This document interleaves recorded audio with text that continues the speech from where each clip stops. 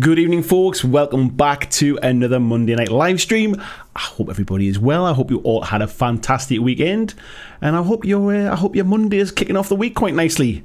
How is everybody doing? I've had a bit of a busy weekend. Obviously, as you can see from the title, I was at the UKGE Expo all weekend. I got there nice and early on Friday, and I got back yesterday, and had an awesome time. Met some lovely folks. No doubt I'll say hello to a few of you in the chat tonight.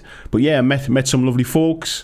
Played lots of games, and generally had a good time. So we'll talk about that later on as well. That's one of the kind of topics tonight. I try to do something a little bit different tonight as a bit of a test. I know I normally have kind of one main topic for folks to tune in for, but I wanted to try and kind of have a few topics, really, generally, just so that there's kind of a bit more to keep people entertained, if you like. It keeps me on topic a bit more, and it just means that if the topic's not necessarily for you, then if you wait 5 minutes, there'll be another one along a bit later. So let's have a little look and see who we've got in the chat tonight. So we got Tiberius was in early, saying I love them goggly eyes, or googly eyes it could have been. Hello Tiberius, how you doing, mate? Peter Nicholas, hello to you as well. Lord Maiden's in, hello fella. Ice Moon said he's knackered after a 3-day weekend, so he's going to be joining Ortega with the catch up. So hello to you, Ice Moon. Where else are we up to? Nick, thank you very much, mate. Nice and early with a donation there. I really appreciate that, mate. It says, what did it say? It says, hope you're well, Andy. I'm very well. Thanks for asking, and thank you very, very much for the donation, sir. Threw me there. Tolmod, Greybeard, how are you doing, mate? Ortega, hello in the catch-up, sir. Al Cluley, how are you doing as well, mate? Nice to see you. He said his only disappointment with UK Games Expo was not bumping into Andy and getting to buy him a pint. Sorry, fella. I saw your picture. I think I saw it on the Sunday. You'd been there on the Saturday, I think, hadn't you? I saw your picture, and I'm sorry we never got a chance to catch up, mate. Next time we'll have to kind of get in contact. I did manage to meet quite a few people, so I apologise for those that I didn't get to see. Blizzards, hello to you as well, mate. Nigel Jones, good evening. DJ Todd Harris, how are you, sir? He says, I'm intrigued by the title of today's. Interested to hear thoughts from the hive mind. So, yeah, I'll come on to what that's about actually in a little bit. Let's go through and see what we've got first. But yeah, there's kind of like a couple of topics. One is about my thoughts about UK Games Expo. It's the first kind of big event that there's been since kind of COVID kicked off last March. And obviously there was a few people worried about what it was going to be like. Should we even be having the event? What's the safety things like? Which companies are going to be there? Is it going to be busy? Is it going to be rubbish? So I kind of had some up and down feelings of it leading up to it. So I wanted to talk about that tonight. And about how it actually was in kind of in person being there. And then over the weekend while I was away as well, I saw this hashtag Boycott GW kicking about, and I did a bit of research, kind of like reading while I was having a cup of coffee and stuff while I was away, and I've spent the day kind of getting in behind the background of it and understanding it fully. So I kind of just wanted to talk about that. There'll be some people who kind of know what it's about but might not have all the facts. There'll be some people completely oblivious that it even happened. So yeah, we'll have a little chat about that tonight as well. Brian saying hello to you, mate. How are you doing? What else are we up to here? We've got people having a bit of a chat there before the stream started. We've got Chris Warden as well. Hello, Chris. How are you, fella? We've also got Nigel saying, did you bring any chips back from UK Games Expo for Tolmot? I didn't. Did I have any chips? I did have some chips with a steak on Saturday night, to be fair. But no, I was hungry, so I ate them all. Where else are we? Tasty Brain Drain, hello fella, how are you doing as well? Yoakum saying, yes, I do paint eyes on my minis precisely like the ones on the thumbnail tonight. I thought that might kind of get a few bits of attention. Scotty Longworth, mate, how are you doing? Kieran from Odd Side of Dice podcast, nice to see you. And another person I apologise for not catching up with on there on Saturday, I think it was. I kind of I kept missing the messages. I was in the middle of doing some demo games with Marco, so it was kind of like an hour or so, and then I would check my phone and realise I'd missed messages and then send back and then not get the message again for a while, so I apologise for that. Palmsy's in, nice to see you, sir. Connor, Glenn Griffin, Ed Handley, Gareth Lewis, good evening, gents, hope you all well. Hello, James Zorm as well. Hi, Bobby Clark. Mountain Gremlin Games, good evening, sir. Andrew Pell, good evening, mate. Nice to meet you at the weekend. Where was that one there? Of course, it all jumped there. Overboard Games, good evening to you, mate. Wayne Hayward's in as well. Tony Howell, good evening to you. Kodos, good evening. Centurius, hello. Magnus Hirons, hello to you as well. Derek Hodge, good evening. We've got Tim Cafferty in as well. Nice to see you in for a bit there for a while, mate. Frederick Schultz is in. Cleedrak says, glad you had a good weekend. I'm getting started on some female dwarfs for Blood Bowl. Very nice. Magnus is saying, were you at UK Games Expo? I was, mate. I got there on the Friday and I came home yesterday. I was there for the full 3 days. Hope Lives is in as well. Marco, good evening to you, mate. Nice to spend some time with you again on Saturday. Marco and I played quite a few games on Saturday, so and we had lunch together and stuff as well. So no doubt we'll catch up with that stuff as well when we get to it. Mark Coxey's in. Mark Berracloth, Jonathan Wybone, with Marcus the Super Pumpkin Man, VJ, hello fella. He says hashtag boycott GW equals more impotent nerd rage. I'm trying to put a bit of a balanced viewpoint over it, mate, shall we say. And I do have some opinions which might go against kind of people's feelings, so I might rub some people the wrong way with my opinions, but they're just my opinions. So since when has that ever stopped me? Andrew Fairbanks, hello, mate. Ryan Keith, how are you doing, Ryan? Lovely to meet you at the weekend as well. And Aiden, if you are watching, mate, I would say happy birthday, or happy belated birthday to you, Aiden, Ryan's son there. And I guess it's probably time for you to go to bed now, mate, is it? Jonathan says, probably more interested in Expo. I don't imagine people boycotting for long at all. Yeah, I think I don't think it's wise of GW to shut off free advertising. I think there's more to it than that, mate, but we'll get to it. But I agree, nobody's going to boycott, let's be honest. Travis is in as well. Hello, he says, unfortunately, Cleedrak got me to go all in on the female Blood Bowl dwarfs as well. Nice one. Stu McMurtry, hello. Ian, hello, nice to see you. Yeah, Ryan says Aiden is just about still awake and said thanks. He is very excited. It was lovely to meet you both at the weekend, and especially to see you as well, Aiden. And I hope you had a lovely day on Sunday with your dad. And Andrew says we should talk about Midwinter Mini's video about pay. There's some silly things said in there. I've spent today kind of catching up on all stuff. I've watched everybody else's videos to see if they had any kind of like sort of thoughts or opinions that might change mine, because I'm always open to hearing the other side of these conversations. And I will be talking about pay and stuff in there as well. Scott's building these black powder cavalry.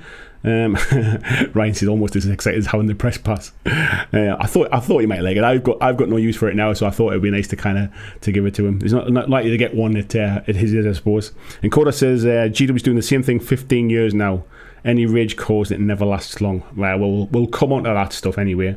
But I think what we'll do is, I think we'll start with the GW stuff, because I think I'll probably want to chat a bit more about the UK Games Expo and stuff afterwards. So I think we'll probably start with the GW bits. Andrew says you crossed your arms. Interesting. It's just when I lean forward, mate. I kind of like lean on the table, but I'll probably I'll probably sit back when I go through this stuff. So yeah, if you do want to kind of catch my attention for me to, if I make any points while we're talking, please do just put @BlackJack Legacy in the chat, because once I kind of put the slides up, because I've made some notes and stuff that I want to make sure I kind of keep on topic here. So I can't really see the chat when we're chatting. So yeah, if you want to catch my attention so that when I come back and read the chat afterwards, just put @BlackJack Legacy. Try and kind of let me know as well what the point's relevant to as well, because obviously I've got a few slides to kind of go through here and talk about. So yeah, just so I know what it is we're talking about. So tonight's kind of first topic, or the topic on this video, is about this hashtag boycott GW, and some of you may have kind of heard about this, or you might be completely oblivious to it. And it's been gaining a little bit of momentum over the weekend, and I want to put some kind of context behind it, give you my thoughts about it, what does it really mean, and maybe at least try and give you a fuller picture of why I think we've got to this point. And like I said before, what does it mean? And before we start, I kind of want to just sort of say, look, I'm not a GW fanboy. I tend not to buy most of their stuff. So I'm not coming at this from a point of view of kind of defending GW or defending anybody else. I'm not really a viewer of those kind of 40k fan animations. So I'm not really kind of, I'm not on their side either. I don't really have a dog in the fight as kind of like it as it comes to this. I've got no aspirations to work for Games Workshop, so I'm basically just coming at this from a really kind of balanced, trying to gather all the facts, gather all the information, and then just give my own opinions on it, basically. I'm also not an IP lawyer, as you might already guess. However, I do have some experience of working with IP and patent or patent protection in an old job that I have working in product development. So I know more than the basics, shall we say, but I'm certainly not an expert. So where did this all kind of start from? Now, it started recently when Games Workshop updated their intellectual property guidelines. And let's just click on here. There we go. It's working now. I thought it wasn't going to work. So what we've got here is basically this is their kind of about their IP infringements, and it talks a little bit about. You have to get a bit closer so I can read the small writing. It's kind of saying that they have a zero tolerance policy in respect of infringement of our intellectual property rights. Now, these have always been there as far as I remember, except there's been an update to it. So it talks about counterfeit models, it talks about imitation models, it talks about recasts and 3D printing, illegal downloads, unauthorized use of trademarks. It also talks about games and apps as well. So I'm sure most people would kind of accept that's kind of, it's fair enough. They don't want anybody sort of recasting their models. They don't want anybody sort of making 3D prints that copy exactly what they do, if you like. But one of the big additions, and the thing that's really kind of sort of got everybody talking, was the addition of fan films and animations. And it said individuals must not create fan films or animations based on our settings and characters. These are only to be created under license from Games Workshop. So as you can imagine, there's been a lot of kind of sort of like fan animation type stuff. Things like the Astartes was one of the big ones that was kind of it got a lot of interest recently. And so people were starting to get a little bit kind of jumpy about this. And one of the reasons that this has even become a thing is because Warhammer Plus is on its way. And Warhammer Plus is on its way because it is filled with animated content, and so they've begun to tighten up their policy to kind of sort of protect this, I guess. They're licensing out more and more of their kind of IP content, such as kind of TV shows, animations. They've got those Bandai models that they did as well. And so I can see from a business point of view why it makes sense to kind of to review your IP sort of protections and kind of tighten them up a little bit. So, as I said before, you'll have seen potentially recently some fan animations were either purchased and brought into the GW company, if you like, the animators themselves, or maybe sort of some of them have decided not to sign with GW.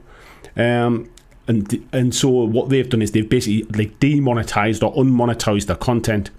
And these were all folks who were discussing licensing with GW and either decided yes, they would kind of go with them, or no, they decided they didn't want to when offers were presented to them.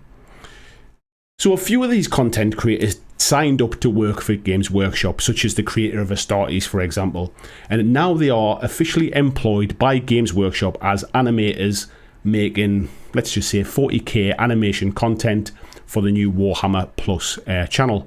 They basically had to either take down the animations that they'd already made because they're going to be shown on this Warhammer Plus platform, or they certainly had to demonetize it. They weren't allowed to make any profit from using intellectual property owned by Games Workshop, if you like. Now, as I said, some of them signed up for it. There were a couple of the creators who had slightly different experiences. One was called Absolutely Nothing. Not someone I'm familiar with, but I did find out about it through my research.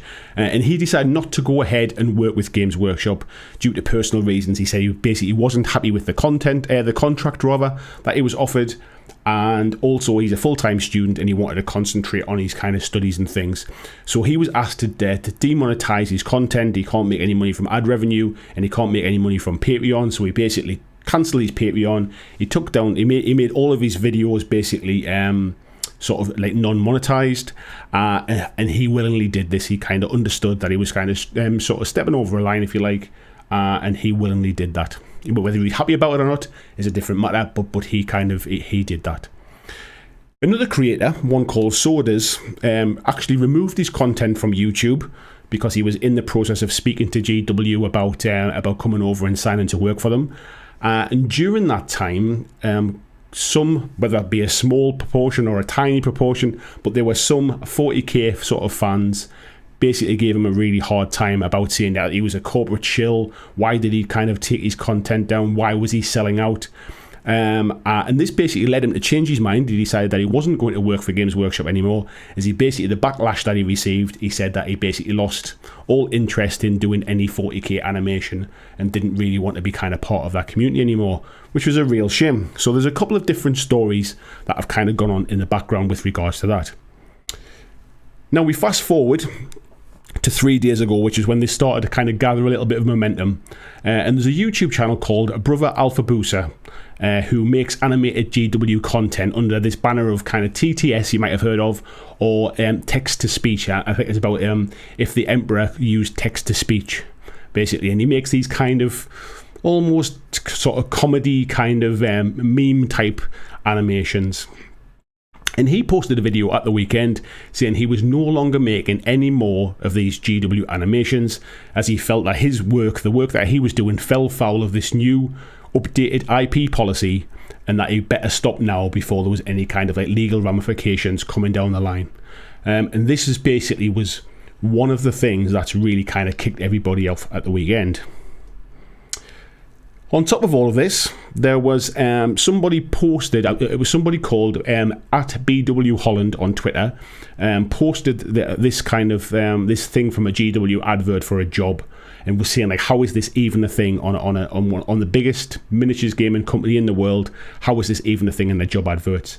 And this is because they don't put any salaries on their job adverts. And it basically says, we want people to apply for a job because that's what they really want to do, not because of the size of the salary. That's why we also ask you to write a letter explaining why you want the job. So personally, what do I think about this? I think companies should show what the salary is.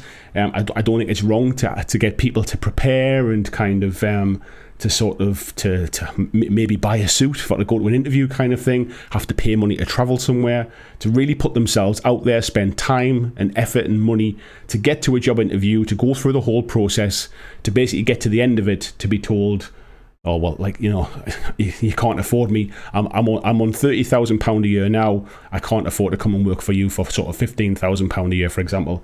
So I think job adverts should have their salaries on them, and that's what kicked off this conversation. Basically, it led to a lot of discussion about why salaries should always be made public on jobs, so people know what they're applying for.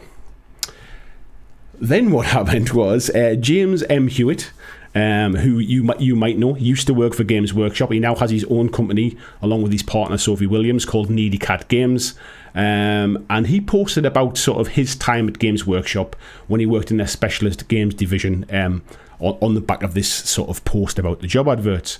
So for those not aware of who James is, he worked on AOS with some of the battle tomes. He also went on to kind of to do the newer version of Blood Bowl. He did Betrayal at Calth. He did Adeptus Titanicus. He did Necromunda, the new version of Necromunda. He did Gore Chosen. He made Warhammer Quest Silver Tower. And when he was a freelancer, when he left GW, he actually created Blitzball as well. And since then, under the Needy Cat Games, he's gone on to create Hellboy for Mantic, along with League of Infamy, and also did Devil May Cry as well for Steamforged Games. So he's got a good portfolio of games in his background, if you like. So his post went into quite a lot of depth about his time at GW. He had some real problems while he was there, about when his little one was born and he had some time off and he was promised certain things and they never materialised. And I kind of urge you to go and read the full post. He's also posted as well like a longer thread on his blog at Needy Cat Games, which explains in a bit more detail and a bit more nuanced, with maybe with a little bit more kind of hindsight of knowing how this blew up, to give a bit more detail, but also because of Twitter's character limit, it gave him the opportunity to kind of to go into a bit more depth. But the thing that really stood out and the thing that really gathered momentum last week was the fact that he started on £19,000 per year as a rules writer. And then when he joined the Specialist Games division as a games designer, he was given that huge pay rise of £1,000, which put him on a £20,000 per year salary. And he was still on the same salary when he left after writing all of those fantastic games as well.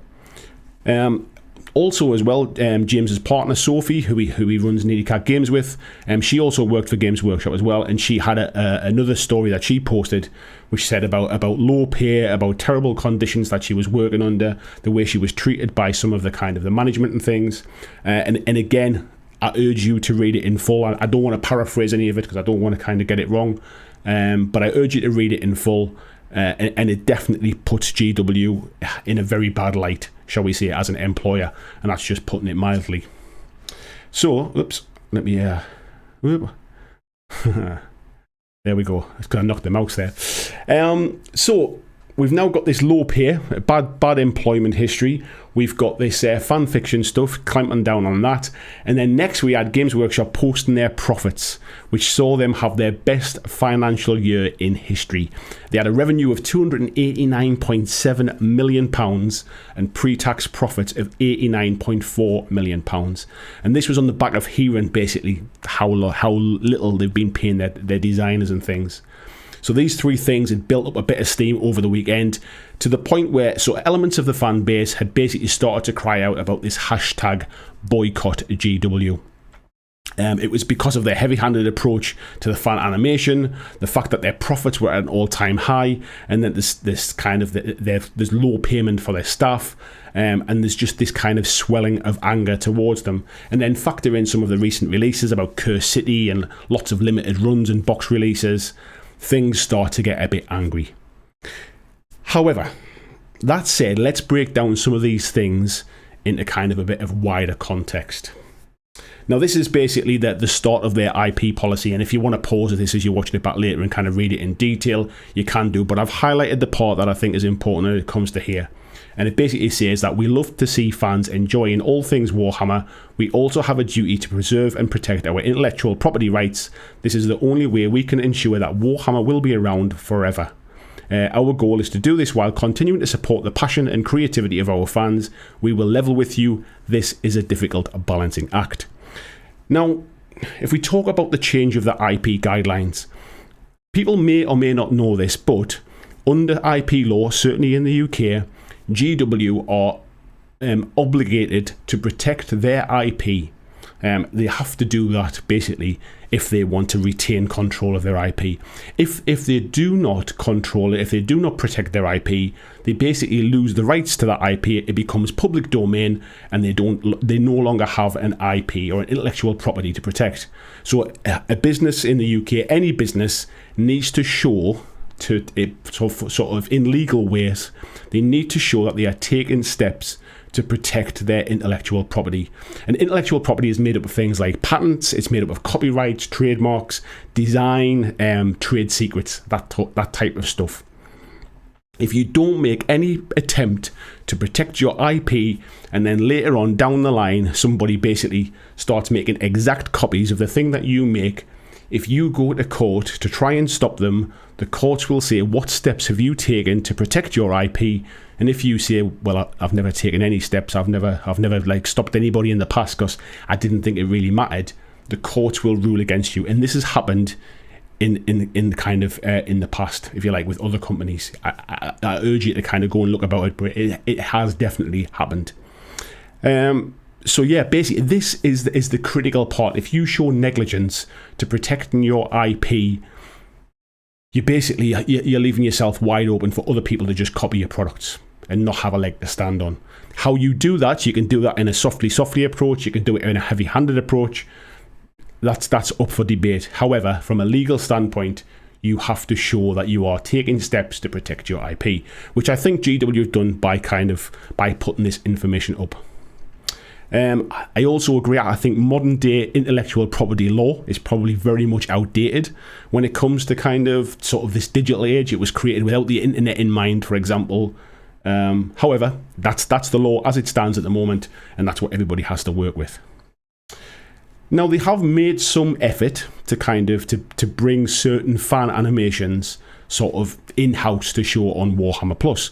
Those creators were using Games Workshop IP to create a product, and they were also profiteering from it as well, or profiting from it, I should say, rather than profiteering. They were profiting from it. A lot of them had very, very large Patreon support, making tens of thousands of pounds every month, which was basically paying them to create high quality animations, but using IP protected kind of things. And this is not me, this is not my opinion whether I think it's right or wrong. This is the legal standpoint when it comes to it. So what they could have done was GW could have, without even reaching out to them, they could have just sent them a cease and desist letter. A cease and desist letter is not legally binding. It's basically the first stage that you take to tell somebody that you are infringing on my personal intellectual property. I would like you to stop. And if the person stops, then it stops. If they decide to ignore the cease and desist, that's the point where legal kind of processes start to come into face. But they didn't. They kind of reached out to these creators. They asked them to come on board. We love your stuff. We'd like you to come and to come over to Warhammer Plus and work for us. And some did and some didn't. We'll never know whether the contracts were very good or not. I would assume they're making a lot less money than they did from their kind of Patreons and things. But they could have just said, you can't make any money from these anymore, and they could have just stopped them. But they went about it in a slightly different manner. Agree or disagree, that's the facts. So now this brother, Alpha Booser, the difference with him and the thing that's kicked off this weekend is GW have not contacted him at all. He has voluntarily stopped making animated content without any contact at all from Games Workshop. They haven't reached out and said, here's a cease and desist, please stop. They haven't sort of threatened any legal action. He also hasn't contacted them to see sort of where the stance is on his stuff, whether he's actually allowed to continue to do it, whether he can license it to kind of do it for himself. And from what he said in his video, because I listened to what he had to say, he also said that he hadn't sought out any legal help to understand whether he was infringing on anything. So he's just decided off his own back, and I do want somebody in a video said that he has staff and that he pays staff and stuff, and that this is actually it's his full-time job. It's quite a big concern now. So this is not, again, it's not just kind of like a little guy in his shed making some cartoons type thing. And I am intentionally trivializing it there just to kind of show the difference in scale, if you like. This is somebody that was making sort of multiple thousands of pounds every month from like Patreon and from ad revenue and stuff. And actually, since he's decided to take it down, his Patreon's exploded now with support from the community who's saying that GW are the evil overlord, if you like. And his Patreon's now making over $13,000 a month now. So you certainly can't say that this is just kind of not-for-profit fan content, if you like. And again, I'm not saying he's right or that he's wrong for taking it down the way he's done it, and I'm not saying whether it's legal or it's illegal what he does in terms of what GW's kind of stance is on IP, but to say that GW have been heavy-handed and that they're basically wiping out these content creators, I think is a little bit disingenuous to say that, to be fair. Are they tightening up? Yes. But have they actually gone after anybody and told them they can't do it anymore? Not in this case. They haven't in this case. And I know people are saying, well, yeah, but it's only a matter of time. Granted, it might only be a matter of time, but if it was me and it was my business and I was employing people, the first thing I would do is to find out kind of where do I stand? Am I kind of okay on sort of fair use on this? Is it because it's a parody? Does that kind of change the stance? I think the least you could have done was maybe get some kind of legal advice to really understand it, or even just speak to Games Workshop. It seems a little bit knee-jerk, a little bit reactionary from my own opinion, but I don't have the full picture when it comes to that, so maybe it's not. What they're also saying is people are now saying that because of this is the end of like any GW kind of YouTube type channel. It's the end of lore channels. It's the end of bat reps. It's the end of painting videos, I've heard somebody say. And I think, again, this is just like a fan base getting riled up about something with no real basis for kind of worry on this kind of stuff.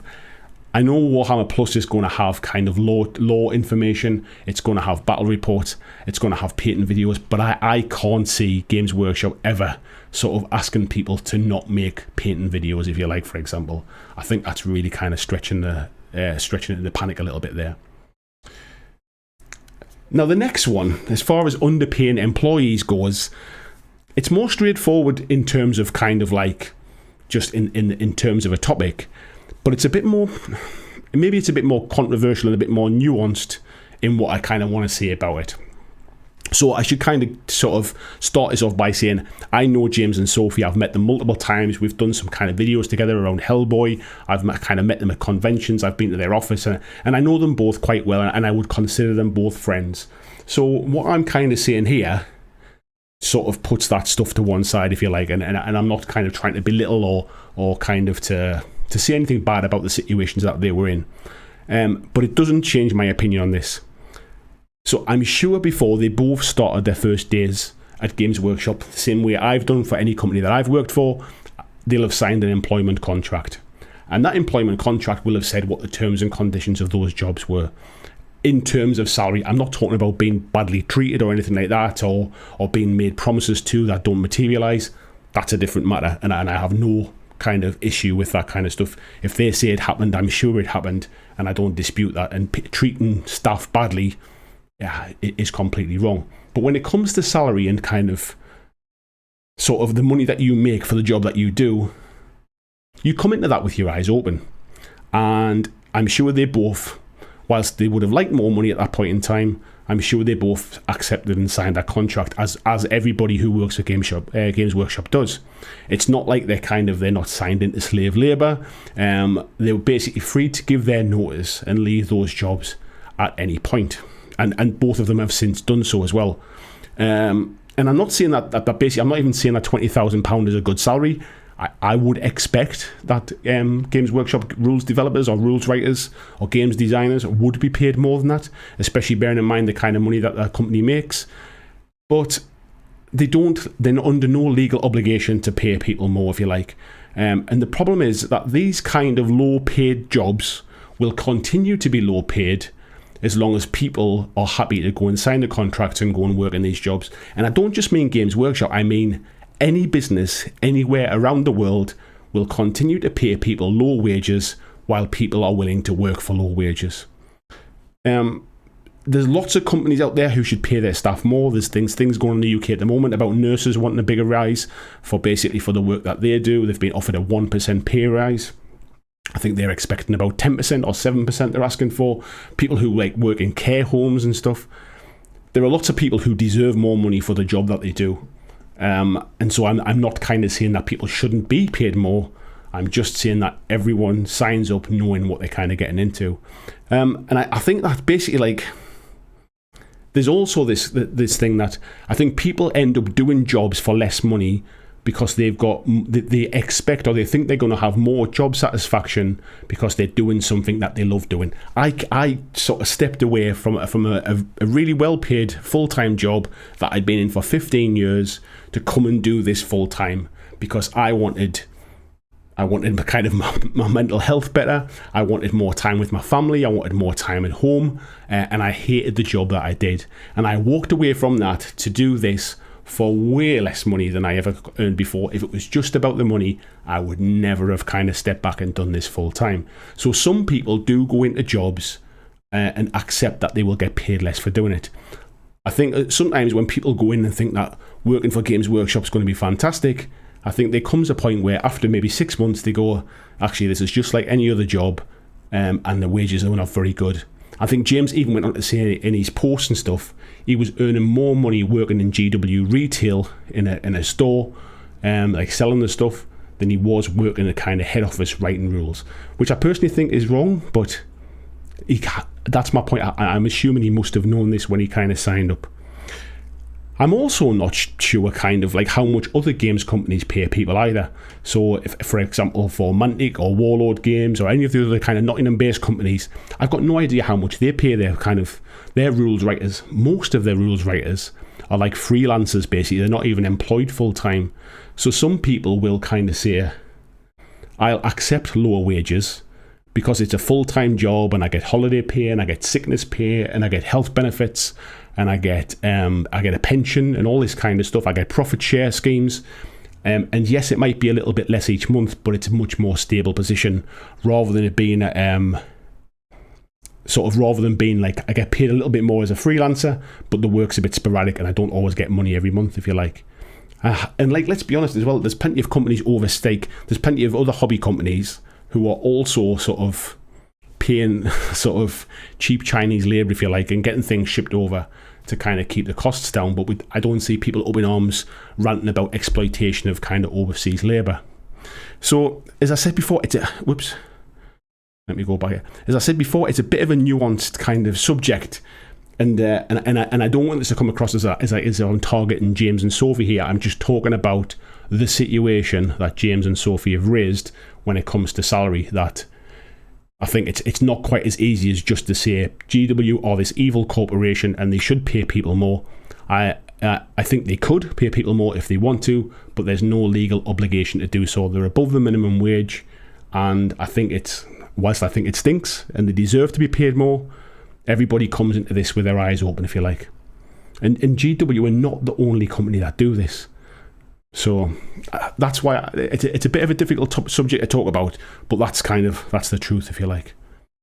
So, as I said before, I don't really have a dog in the fight about this. Really, I've got no interest in working for Games Workshop. I'm not I don't really buy their products that often. But everyone is kind of screaming boycott. I just rather they kind of understand the full facts, really, because a lot of people are getting up in arms about saying that Games Workshop have forced these animators to work for Games Workshop. They've forced these animators out of business, if you like. And whilst part of that might be true, they are making content using IP infringing sort of products, if you like. And when it comes to a boycott, for example, the people that will feel the weight of a boycott the most are people like your local friendly gaming store. They make a lot of money from Games Workshop products, and if you no longer buy them from them, it's the local friendly gaming store that'll probably take the brunt of it.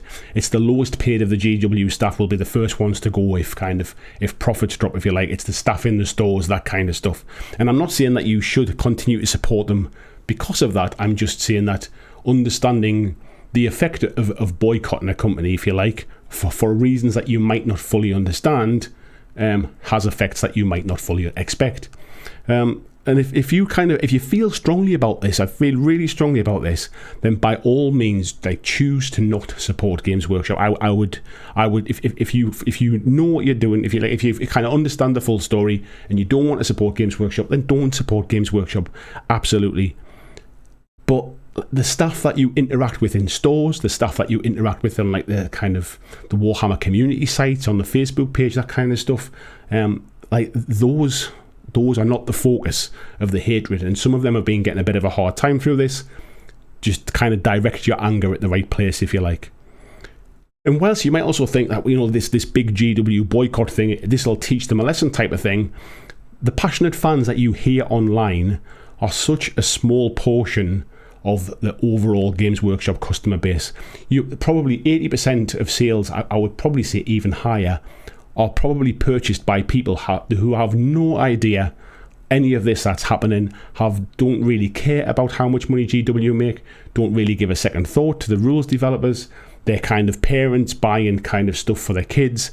There was somebody online at the weekend was saying that basically they worked in a GW retail store, and basically you've got no idea how much goes through the tills for people that you would not consider GW fans. The guys that kind of hang around in the store and want to play games and talk about the law until they're blue in the face spend sort of a minute amount of money in comparison to just the general people who just come through the store and kind of buy online and stuff.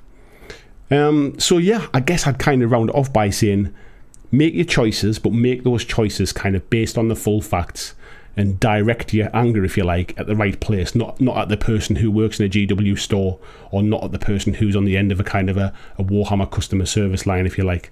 And that's all I kind of really ask about it, really. So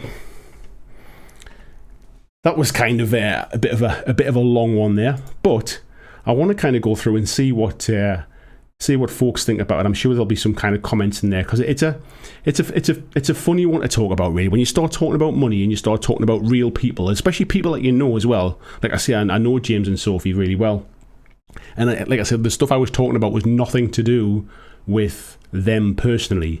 It's just the situation and basically that I'm talking about. Where are we up to here? Right, I'm just going to dive in and pick out some bits because there is so much. There's so much basically stuff here. I have to scroll back and find out where we're up to. Right, I'll jump in around here, I think. George, nice to see you, mate. I hope you're well. Vijay says you'll be back when the topic changes. I'm over the news. Bloggy, good evening to you, mate. Andrew says, I've seen charities waste money throwing it after people who won't ever change. Yeah, Tim says, it seems like GW taking the role of the scorpion in the fable of the scorpion and the frog. I'm not really sure, mate. I mean, let's be, well, okay.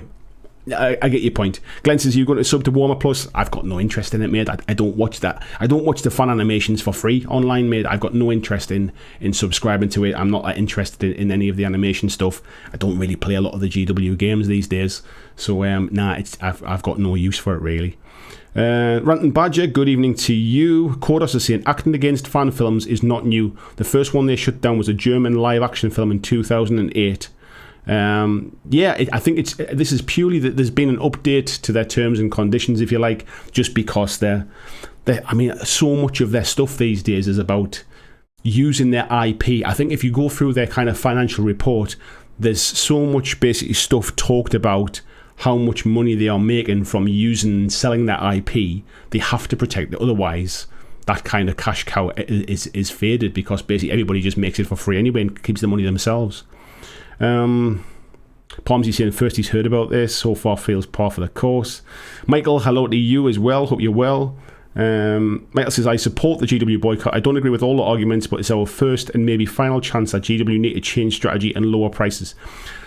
The problem is with this is a boycott and shouting about paying staff more money is the last thing that will drop prices, because they've got shareholders who they are kind of who they are there. They basically say jump and GW say how high. The shareholders control this, and as long as GW keep making profit for shareholders, then that's what will keep the business going. And they'll make profit for shareholders by keeping the margins high. And if they pay the staff more money, then the margins need to go up, and the margins need to kind of increase to make up for that, and so prices will go up as well. It's not kind of rocket science, it's just corporate kind of capitalism, if you like. And this is not what I'm suggesting I think they should do. I'm not saying I agree with it. It's just the facts of life, basically. That's how business works. James says, hidden salaries are very common. I hate it, but unless you're applying for a public sector job, the salary is hidden. Even if they publish a salary, you could be offered more or less. This is the point. And whilst I think it stinks, and I think salaries should be made available, or at least a band, if they say this job is kind of pays between, let's just say 20 and 25,000, for example, you know whether it's kind of something that's going to be worth your while to apply for.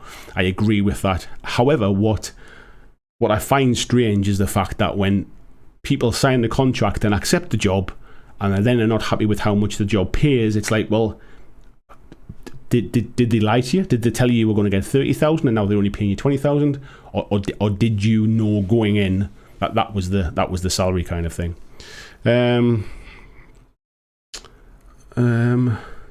Michael saying, this is our chance to fight back. Just don't buy their stuff, mate. If you don't like it. If you don't like it, don't buy it. You don't have to come out with this let's boycott GW thing and try and get this whole movement coming. Just like, it's like any company. If you don't like sort of Apple using kind of Far East kind of Chinese labour, if you don't like milk in the UK is a random example, but milk in the UK has been forced down in price by the big supermarkets, and dairy farmers in the UK can hardly afford to kind of continue to produce this milk. If you travel around the world, milk is so much more expensive outside of the UK. In the UK, it's like £1 for like, what is it, for like 4 litres? £1 for about 4 litres or something, or for 4 pints it might be. And it's astronomically cheap because supermarkets have forced down the price. And like the practices of doing that is disgusting. I know from dealing with supermarkets just how many kind of underhand and strange kind of ways they go about making an absolute fortune, and the way that they pressure suppliers to get the costs down. So GW are not alone in this. For example, if you're not happy with something, then don't support it. But I think this kind of boycott GW thing is it'll almost kind of fall on deaf ears. Let's be honest, new Kill Team comes out in a few weeks' time. Do we think there's going to be loads of those left on the shelf, or do you think most people will just go, oh, but I really want it, so I'm going to buy it regardless? Yeah, Chris is saying, I think you're kidding yourself if you think GW will lower prices. Yeah, profits are going through the roof. They've had their most profitable year ever. They are under no pressure to reduce prices. You say it's about standing against anti-consumerism. It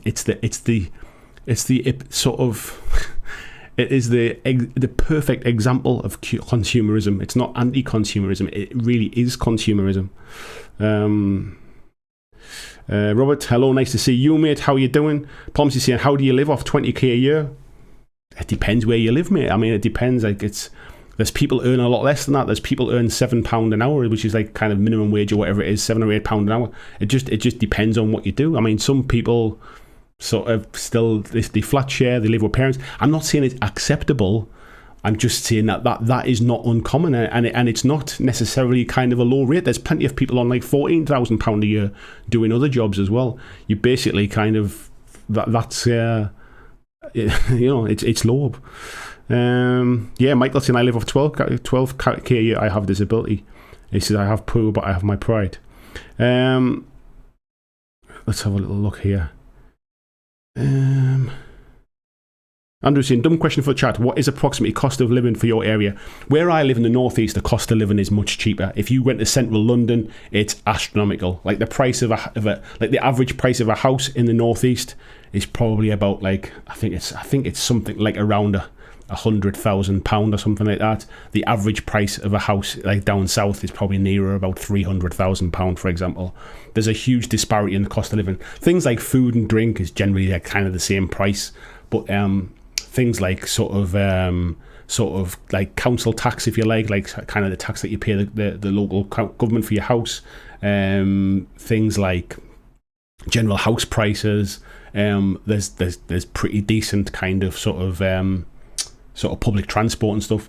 So it's a cheaper living where I live, which is why I can afford to kind of take a big pay cut to do this full time, versus if I lived in central London, it would be a pipe dream, for example. Where are we up to here?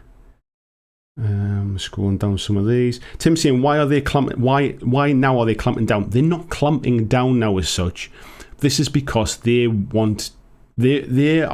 coming up with Warhammer Plus, and it is going to be a content platform which shows animations.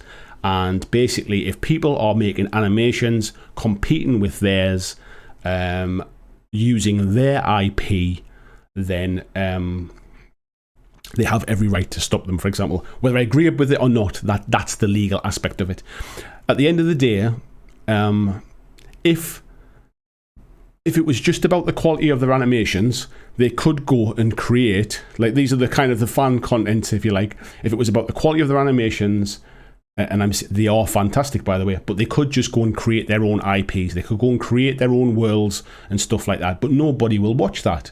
It's like making YouTube videos. Warhammer stuff gets more views than other stuff. Nobody will kind of go and create their own IP because it won't get the views.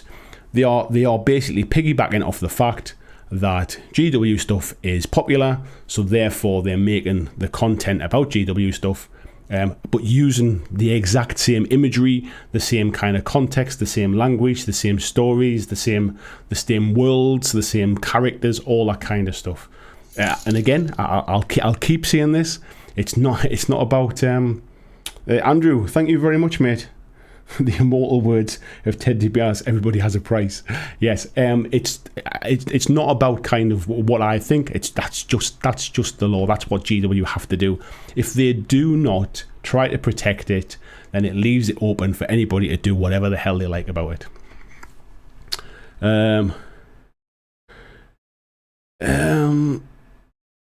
Yeah, Ian Inman saying exactly the thing there. Really important point. People are messing with the IP issue. If you do not defend it, you lose it.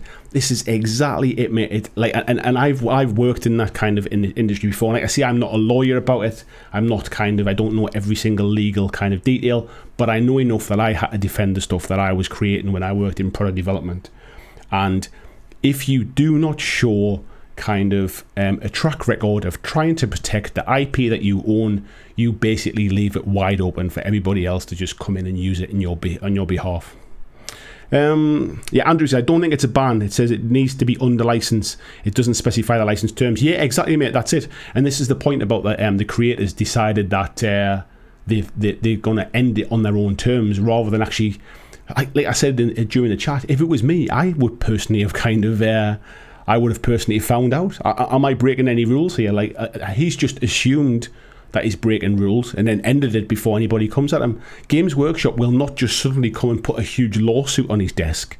They will come to him and say, could you please stop what you're doing because it impacts on our IP?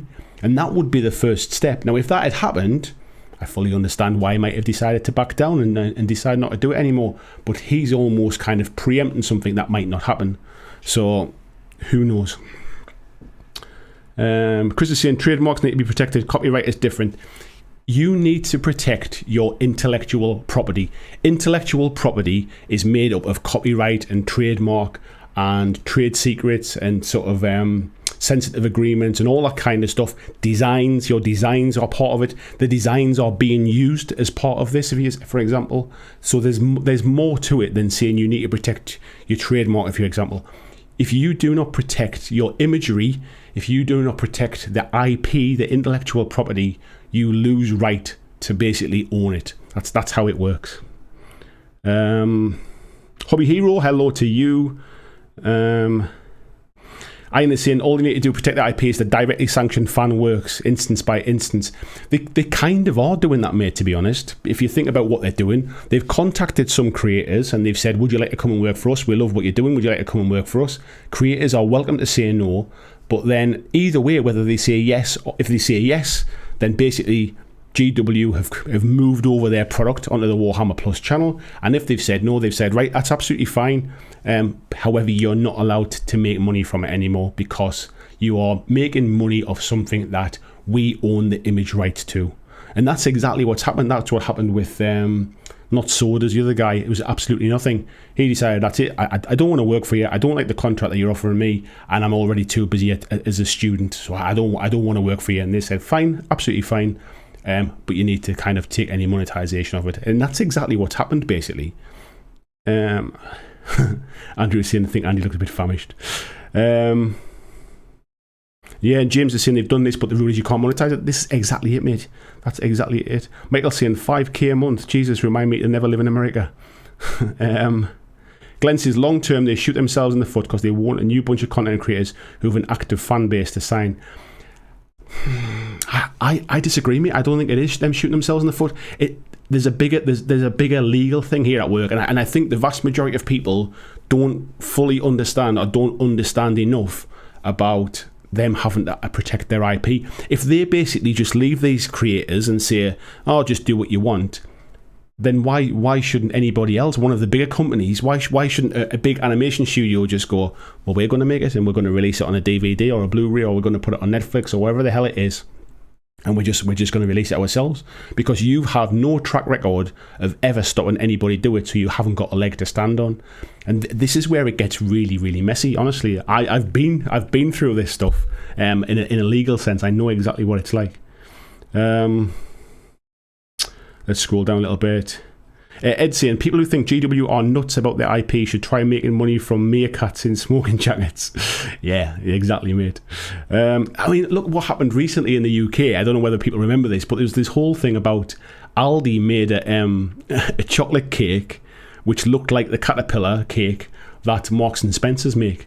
Like, honestly, like this is exactly the kind of thing. I mean, that became a big kind of talking point in the UK because of the whole thing, and the way that Aldi kind of responded to it. Was it Aldi or Lidl? I forget which one it was, but it was about how they kind of responded and tried to make a big kind of like a bit of fun about it. But this is exactly the kind of thing. This is exactly the kind of thing that these things kind of come down to.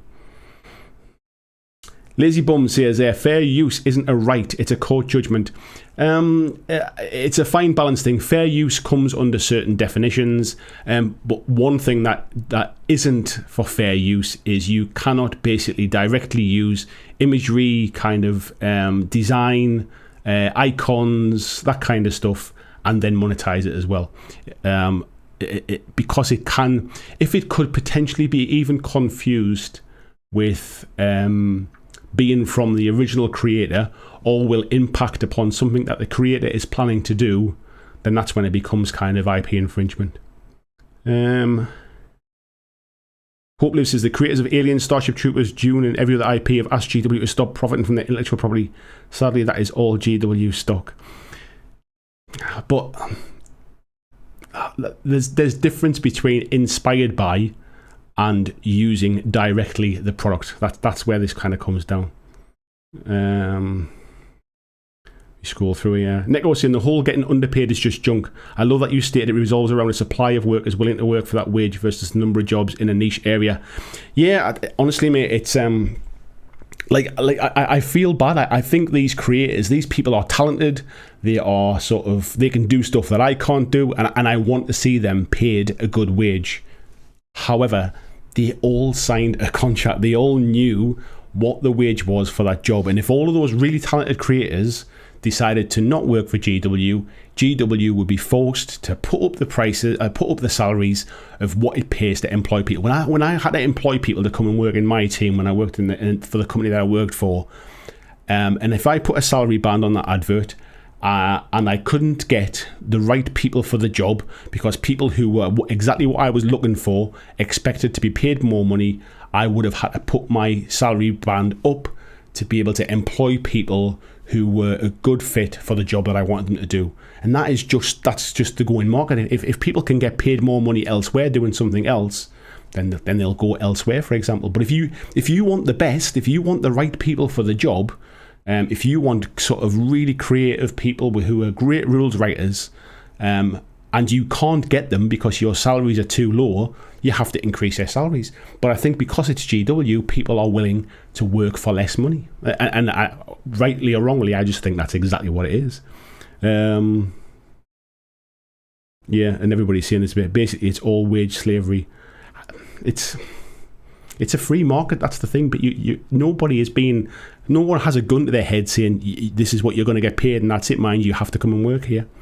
Cardos, good evening to you, mate, as well. I'm going to skip down some of these and just I'll read them sort of tomorrow as well, but I just want to see what George is saying here, because he's put the BlackJack legacy thing there. So I'm sure you're aware that not everyone could afford to leave a low paid job or afford not to take low paid jobs if unemployed. I completely understand that, mate, and I am not saying that however, what I'm saying is, if you are going to Games Workshop to be a rules writer or a rules designer, if you like, and I'm assuming that you are leaving a job, like I'm assuming that you're leaving a job to go there, then you know what you're getting into. If you are unemployed and they offer you a job, and I'm sure some people take that job to basically say, well, I need the money, I need to go and do it, then basically if you're not happy with that money, you then start looking for another job while you have that employment. But nobody is forced, certainly not in that kind of industry, if you like. Nobody is forced to work. I appreciate that some people might have to take the lowest paid job going because they need the money. But I think that's a very different conversation. Like, we're not talking about somebody kind of taking a job, sort of collecting trolleys in a supermarket here, who might, to be fair, get paid more than that. Casper says the 19 to 20 per annum seems very low. What's normal? Depends on the job, mate. It honestly depends on the job. And I don't think I don't think people in the gaming industry generally get paid kind of sort of great wages. I like, for example, you can go and get a job as a store manager in a supermarket, for example. Like Aldi, I think, and Lidl have very good kind of training schemes where they bring people in and train them up to be managers, and I think they get paid like £40,000 a year to be a store manager. You can come in as like a kind of like a store operator, if you like, who like works on the till or the checkouts and stuff, and make like sort of £20,000 or something like that, because they've structured it that they pay more money to get the best people. That's how they structure that kind of thing. So I wouldn't say it's hard to say what an average wage is, because what's an average job? that's the kind of thing. Steve Smallworld, hello mate, says at the end of the day, companies there to make money. At work they charge £100 an hour for my work, but I get nowhere near that. Yeah, that's it. But then you factor in all the other things as well, about the fact that you get a pension, and you get like health, you get sick pay and all this kind of stuff, and then there's the replacement of materials, and there's a million things to look at. I know when I'm looking to price things up now, if I'm kind of trying to do any kind of freelance work, it's hard to price up. Like I have nothing to compare it. I don't know what the going rate is for what I do. Andrew says, while we're on the subject, if you don't like GW's pay, you should probably consider dropping Marvel Crisis Protocol. Where was that one again? It's just jumped off my screen.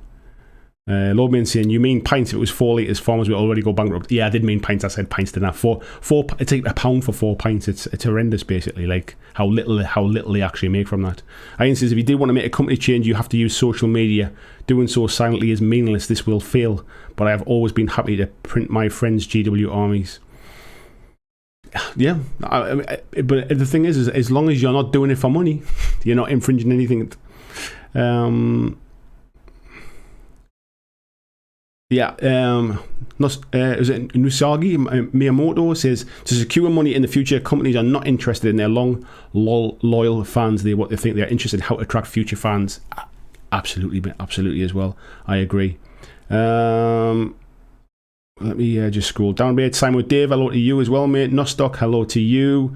Saying I think all this GW thing's hot air. I think you're right. Kill Team will sell out just like everything else. Hope Lives is saying, here's my take. You don't want to stop GW.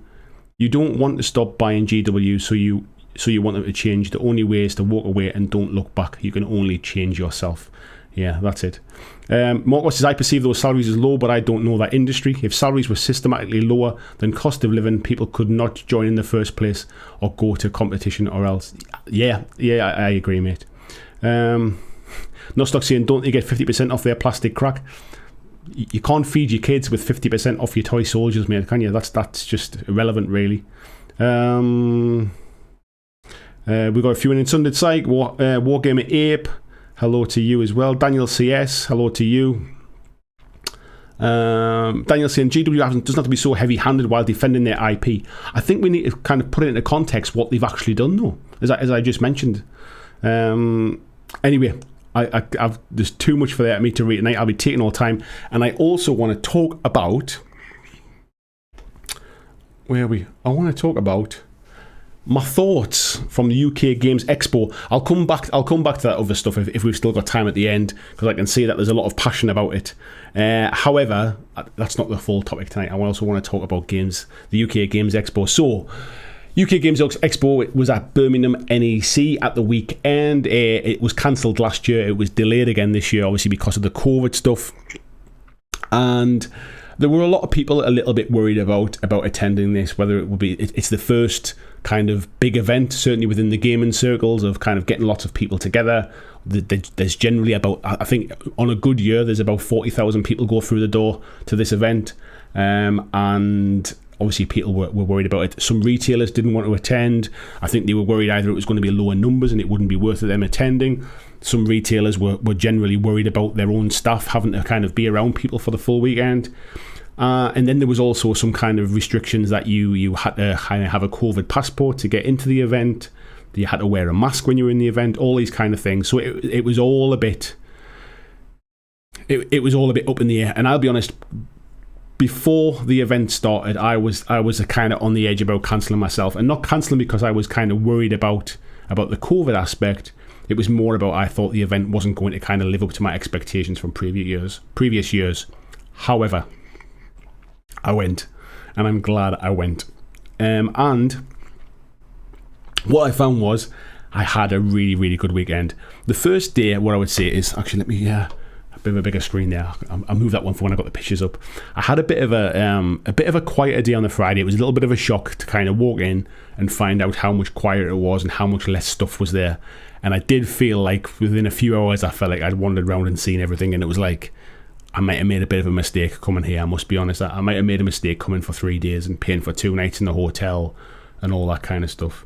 and I'd gone on my own, and I must admit, I was kind of thinking, oh, this is going to be a bit of a letdown. However, I then kind of met up with some other folks who I've chatted to online, folks from this channel, kind of friends I've not seen in a long time, and I met up with a few people. So I met up with Ryan, who was in the chat earlier on. I don't know if he's still around. I met up with Ryan, and we sat and had a bit of a chat and stuff, and kind of wandered together and things. I met up with Luke Pryor. Luke was volunteering at Games Expo, and he'd kind of said, like, come along in the evening and come and play some games with me and my friends as well. So that was quite nice. And just generally, it started to pick up a little bit at that point. And over the period of the Saturday and the Sunday, the Friday night, the Saturday night, playing games, kind of just getting back into that swing of it, seeing people again, seeing people face to face, sitting playing games face to face, getting back into board games, which I hadn't played in quite some time, really. It was just a really, really nice experience, and it really kind of, it reignited my love of board games, not miniature gaming, of board games. I used to love playing board games, and 18 months of not getting face to face with people had really kind of sucked the joy out of it a little bit. And so for that alone, it was such a nice experience. And I'll come on to some of the games I played and some of the people that I met up with and stuff like that. And I apologise if I forget anybody, because I haven't really wrote any notes about this stuff. So let me just get my notes up here so I can see what images are coming up next. So what was there? What was there to do? So this TT Combat were there, as they always are, and they had a huge range of their special kind of sort of MDF scenery. They had some really good show deals where you kind of got a full table's worth of terrain for like £100, and it's always nice to see the TT Combat stuff up close, because some of the older stuff I would say isn't fantastic. It's a little bit kind of it's a little bit kind of a bit weak. It's a bit, it looks like a wooden box, if I'm honest. But some of the newer stuff is absolutely beautiful. It really is nice. And for MDF terrain, it's pretty good. I would still say I think the War Cradle MDF terrain is far better. I would kind of go as far as to say that. But I think for the price, the TT Combat stuff is fantastic. So yeah, so I had a good look around that stuff. Also got a few images here of stuff that they had in their glass cabinet. They only had a very small cabinet, but they had some stuff. So some Rumble Slam stuff, which TT Combat made. They also had a little bit of stuff for Drop Zone Commander, or Drop Zone. Is it Drop Zone?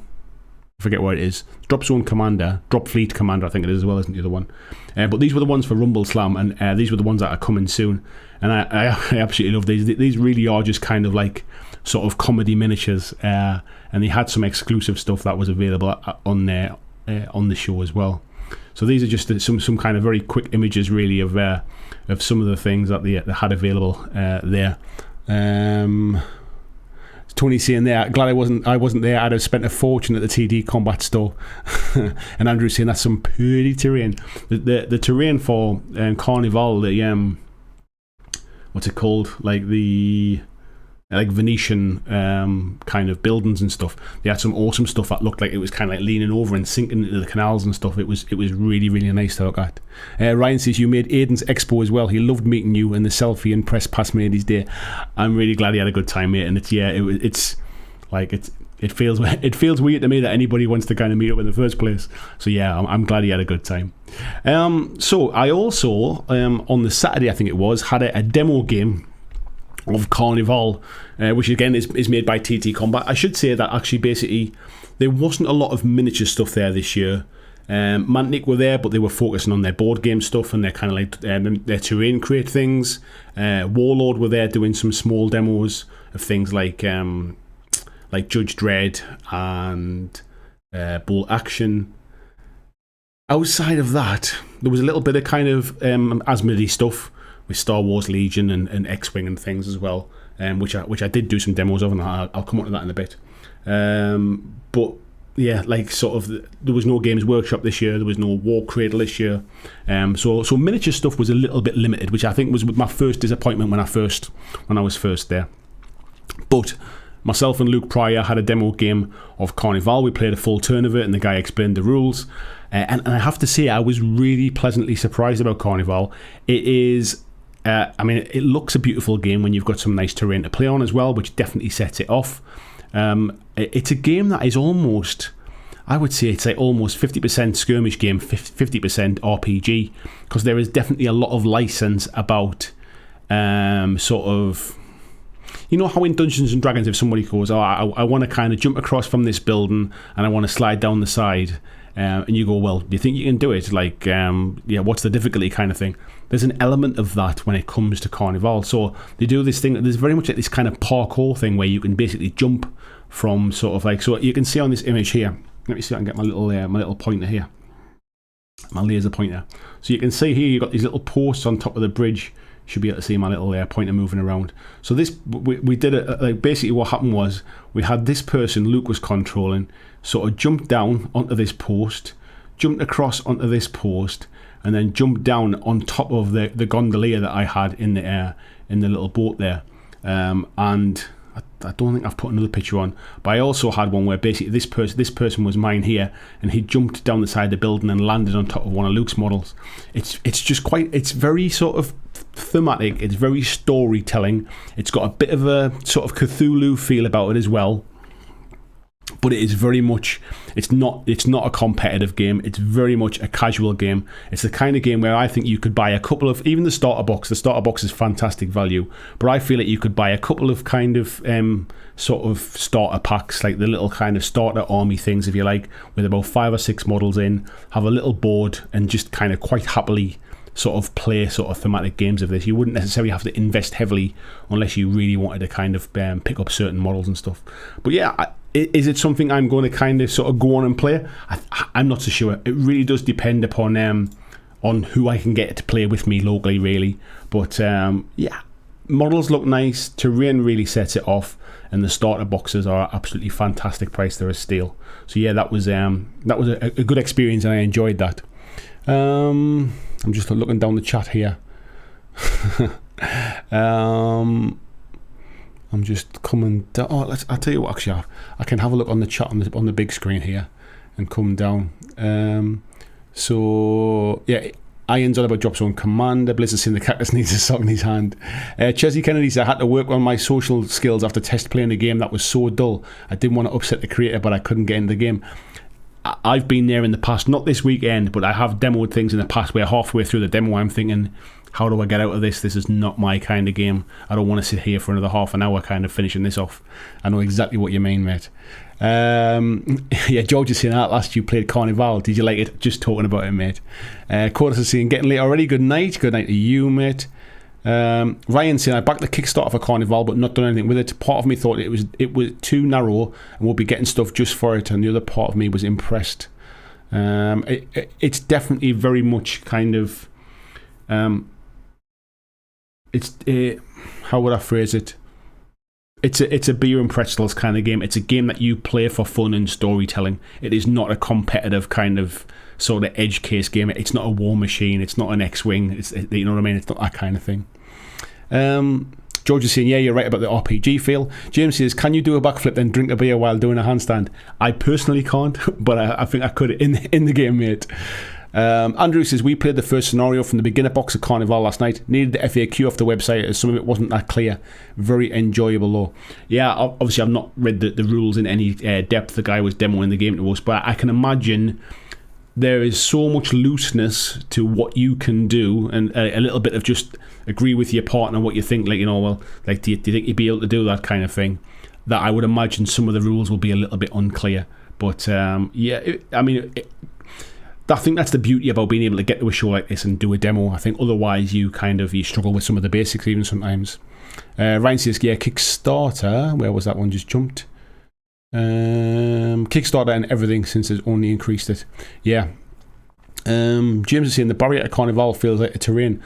You get some cardboard terrain in the starter boxes, which really sets it off as a starting point. However, I would agree. I think this game really, really shines with nice terrain. Being able to do those things where you jump across the post, like, so you can see those kind of pillars in the water. We were doing it where you could kind of jump from the pillar and jump across to like jump across the boat and stuff like that. Without those things, I think it would take some of the shine away a little bit. Where are we up to? Andrew's saying, is Carnival brought to the US via the Insane Clown Posse? I've got no idea, mate. Scott saying he's got it. Yeah, I remember you saying, mate. Peter Kuhlman, hello, fella. VG says, Carnival looks nice, but it's a pretty big investment for terrain you're not going to be able to use for anything else. Yeah, potentially, mate. I mean, you could use this. I could see this being used for Malifaux or other fantasy type games, really. I think depends how you address it. But it's a game that really benefits from a nice table, I would say. It really sets the scene. But like I say, the starter boxes do have like a paper mat in it with like a river and stuff on it. I think you get one of the gondolas in the bigger starter box. You get some fold out card terrain which looks like the buildings, a little bit like you do in the original Infinity boxes. So it depends how deep you want to get into it, I would say. Scott's saying there's a good few players locally. I didn't realise that, mate. RPDs, I would love to make a game. It would be my dream. Hobby Hero says, don't agree with GW, but at the end of the day, do what makes you happy. Wow, I was still talking about that one now. Sorry, mate. Where are we up to there? Scroll down a little bit. Bit of chat going backwards. Ryan says, terrain was my thought. It needs the Venetian terrain. I doubt I'd use it for anything else. Kieran says, the Wargaming smaller sellers had issues with Hammerhead Show being same weekend, then cancelling, not leaving time to get back in. So another show locally on Sunday. Ah, right, mate. I didn't realise there was other shows to go to as well. So yes, so I did play a demo of this one, which I quite enjoyed. I also did a demo of Star Wars Legion and also a demo of X-Wing 2.0 with Marco. Marco wanted to give Star Wars Legion a go, so he'd bought the core box and never actually got around to playing it. And while we were waiting for the table to become free, we had a demo of X-Wing as well, which I forgot how much fun X-Wing is when you just kind of like playing casually rather than getting sort of overly competitive with it. But yeah, we had fun playing Star Wars Legion. There was a lot of people coming over and kind of watching the game and stuff like that. So yeah, we played those two games. And also on the Fantasy Flight stand with Asmodee was this game, which is the new version of Descent. This one is called Legends of the Dark. It is not a third edition of Descent. There is a first and second edition of Descent, which is like a dungeon crawler.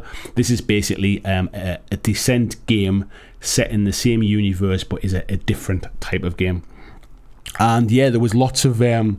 There's been lots of chat about this game online for multiple different reasons. One is it's fully controlled by an app, and people are either love or hate that idea. There's been talk about the size of the box. You can see there the box is quite some size, and I'll come on to why that is soon. But most of all, there's been some talk about the price. This is going to be £175 in the UK. I think it's $179 in the US. So people are understandably wanting a lot from it and are quite surprised by the price. And also they want it to be like the existing Descent, the folks that really enjoy that. They basically don't want it to be like a different kind of game. I've never played Descent. I've never played Descent 2. I have no kind of feelings about this, and I kind of looked at this purely as this is the first time I've ever seen this kind of thing. Now you can see there on the table on the left there is quite a lot of stuff in this box as well. And if I go again here, you can see here some of the terrain in the table is set up and stuff. So this is where the actual play area was up here, and then this was all of these kind of beige ones here, or kind of sandy coloured ones, were all of the bad guys. These were all the heroes along here with their stat cards, and there was rule book and bits and pieces there as well. And the reason that this box is so big is because it actually splits into 3 parts. And once you've built all of the card terrain and all of your minis and everything, the minis come pre-built, I should say. But once you've kind of come to put all of these back into the box, you can put them back in without having to break them down again. So all of this kind of terrain, which is kind of like sort of stairs and bits and pieces, you don't have to take it apart and put it back in the box again. What I would say for board game minis, I was really impressed with the crispness of the sculpts and the quality of them. There's a couple of little areas where like you can kind of maybe see here on the shoulder, where if you're a miniature gamer, you might be like, oh, it needs a bit of gap filling or something like that. But from a board game perspective, I think the quality of the miniatures themselves really, really is kind of, it's up there with GW kind of quality when it actually comes to the sculpts themselves. And I was really surprised with it. I didn't get to play it. But I did watch a live stream of it when I came home yesterday to kind of just to check out a bit more. And actually, I quite like the look of it. I know a lot of people are not overly happy about the fact that it's got this app that controls it. But for me, it was kind of it looked like it kind of worked well. But like I say, I've not played the other Descents to compare it to. So yeah, £175 is a lot of money for a game. You can pre-order it. It goes on sale at the end of this month. And you can pre-order it online. I think the stores like Zatu have it for like £127 if you're pre-ordering it. So that obviously brings the price down quite significantly. And I think at £127, if this was a Games Workshop game, people would be going nuts for it. But because it's Fantasy Flight and it's a different kind of crowd, it's a board game crowd, I think people are a bit more hesitant about it, about the pricing. So yeah, I mean, what I would say is if somebody had said to me this game is £175 and I saw pictures online, I'd be thinking, my God, that is an astronomical amount of money for a board game. However, getting to see it in the flesh, actually seeing it up close, seeing the quality of the box, seeing the quality of the terrain, seeing the quality of the miniatures, seeing the app in action, I still think it's expensive, but at £128 at a discounted price, it's getting into the realms of actually I could see me picking that up at that price kind of thing. So it's another reason why I've decided I'm not even going to bother with Kill Team. I think like Kill Team's probably going to be like £125 list price. It's probably going to be £100, and I think I'd get a lot more play and a lot more enjoyment from this. I think there's 40 miniatures in it. I think I'd get more enjoyment from something like this than I ever would do from Kill Team. And you can play this solo. The app controls the enemies. It basically tells the enemies which way to go. There's like crafting in it as well. So as you kill enemies, you pick up like bits of leather and kind of materials. You can craft things together, and then the app remembers all the things you've done. The app tells you the story as you go. You basically you build the map up as you enter through a door. The app will tell you what's on the other side of the door, and then you put them bits of terrain in place. And I think there's 16 different kind of scenarios in there. There's quite a lot of gameplay in the box. So yeah, I think it's something I might potentially look at. Potentially, he says. So let's have a look at the chat here and see what else folks are talking about.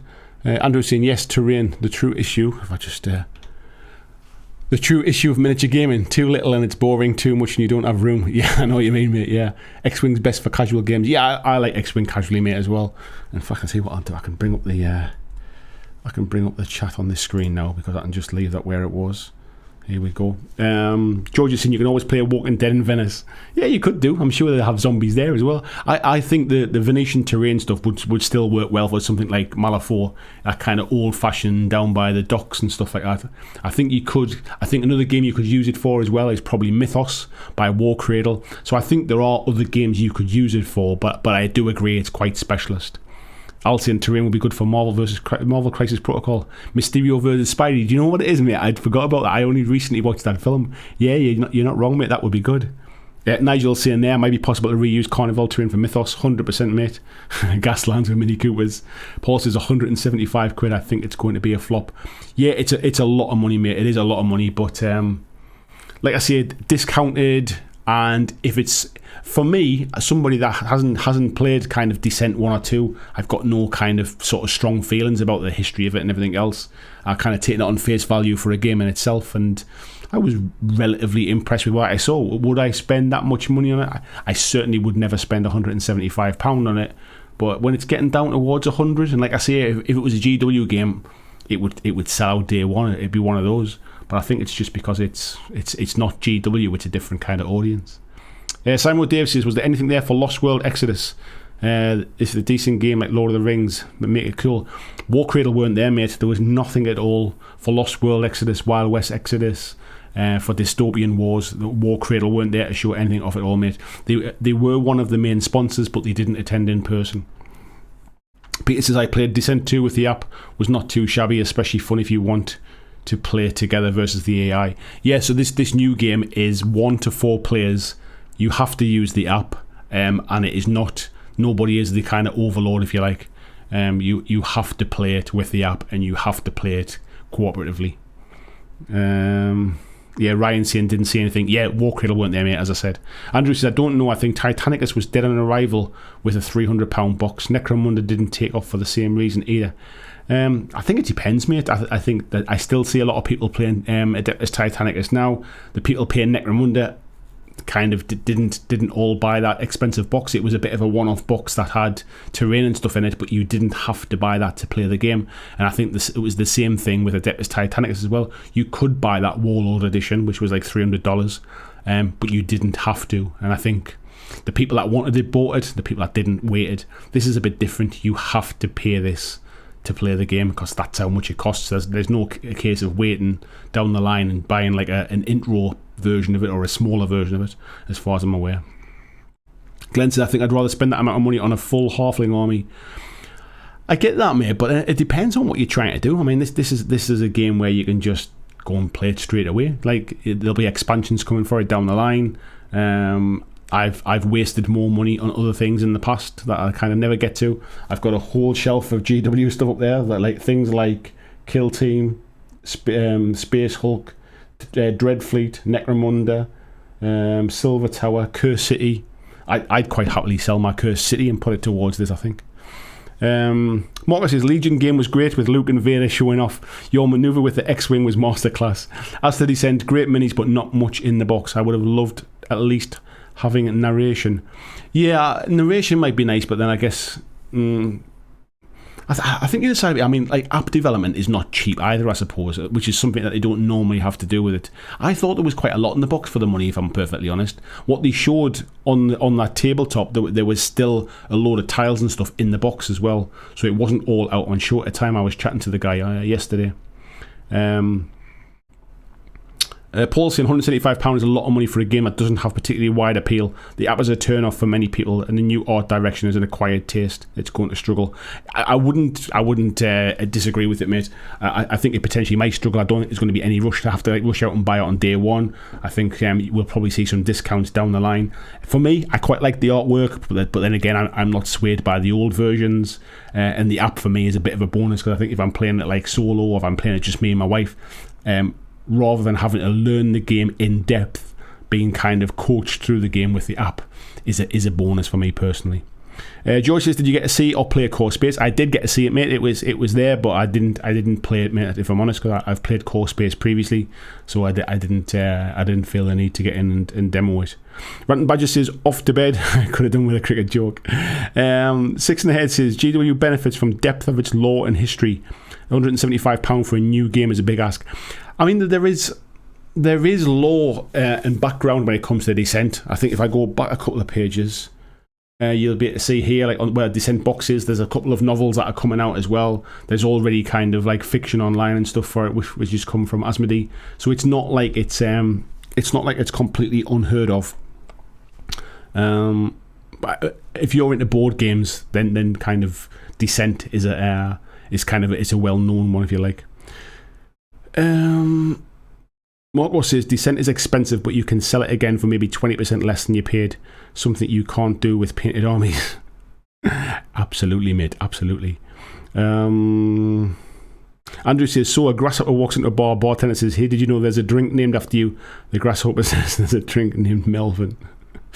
And Ryan said he's a heretic, no sauce. I did enjoy a couple of full English breakfasts while I was away as well. It was quite nice. I ate in Wetherspoons both days because my hotel decided that you weren't allowed to go for breakfast unless you'd pre-booked it the day before. So I had to basically just take whatever option was around. So yes, I did have a breakfast in Wetherspoons both days. Was there any good bacon sandwiches? No, to be honest, mate, I didn't really see any bacon sandwiches. Like I say, just the full English that I had.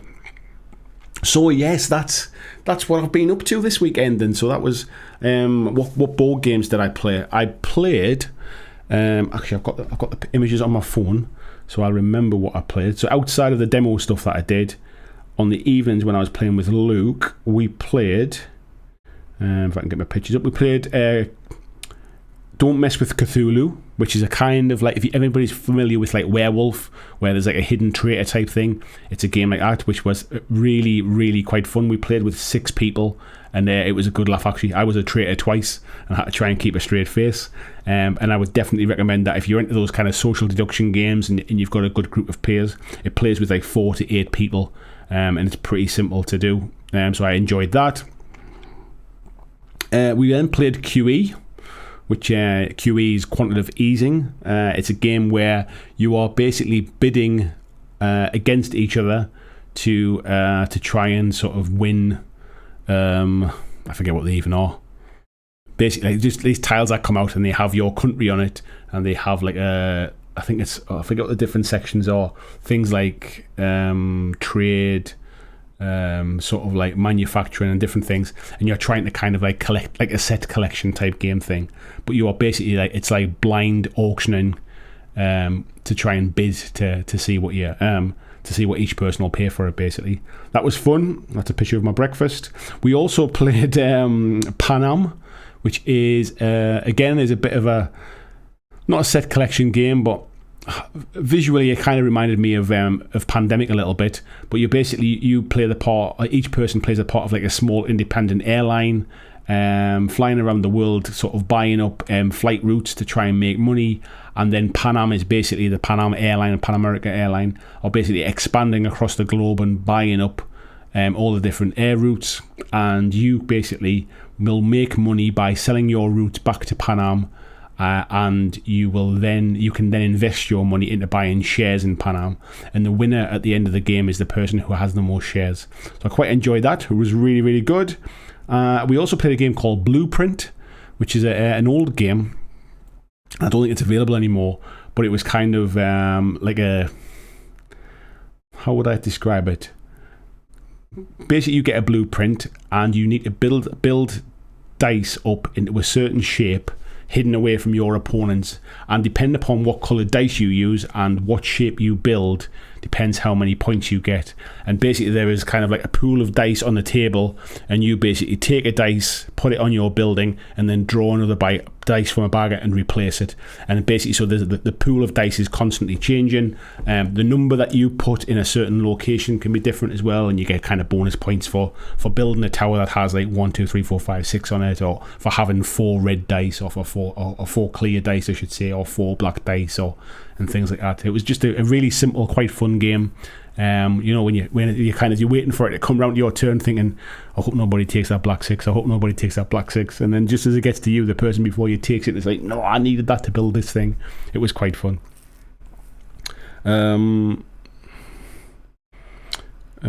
Peter says, look up Descent First Edition now. Those sell for more than you paid when it came out. Yeah, and I think that's gonna continue, mate, to be fair. I think it will continue to do that because there are people, I think the same thing will happen with second edition as well. There are people that don't want the new version, they just want the old version. So I think second-hand copies of the old version will certainly retain their price. George is saying, thanks Andy, great chat, must get going to the Expo next year. Yeah, I think next year is going to be a different ball game. I think it's going to be fantastic next year. This year was really good and I'm really glad I went, and it was awesome to spend some time with people like Marco. I got to meet Andrew, who's in the chat tonight as well, Andrew Pell. Who else did I meet? Obviously met Ryan. I met Mark Cook, who was there. Who else was I forget now, my brain's gone blank, but I certainly met plenty of people. But yeah, it was just nice to say hello to folks. It was nice to meet face to face. It was nice to sit and have a couple of beers. It was nice to basically like get out and start getting back to normal. I didn't feel kind of sort of like it was overly crowded to the point where you felt a little bit like a bit weird after not being around people for too long. I felt like there was it could have done with having a little bit more to do.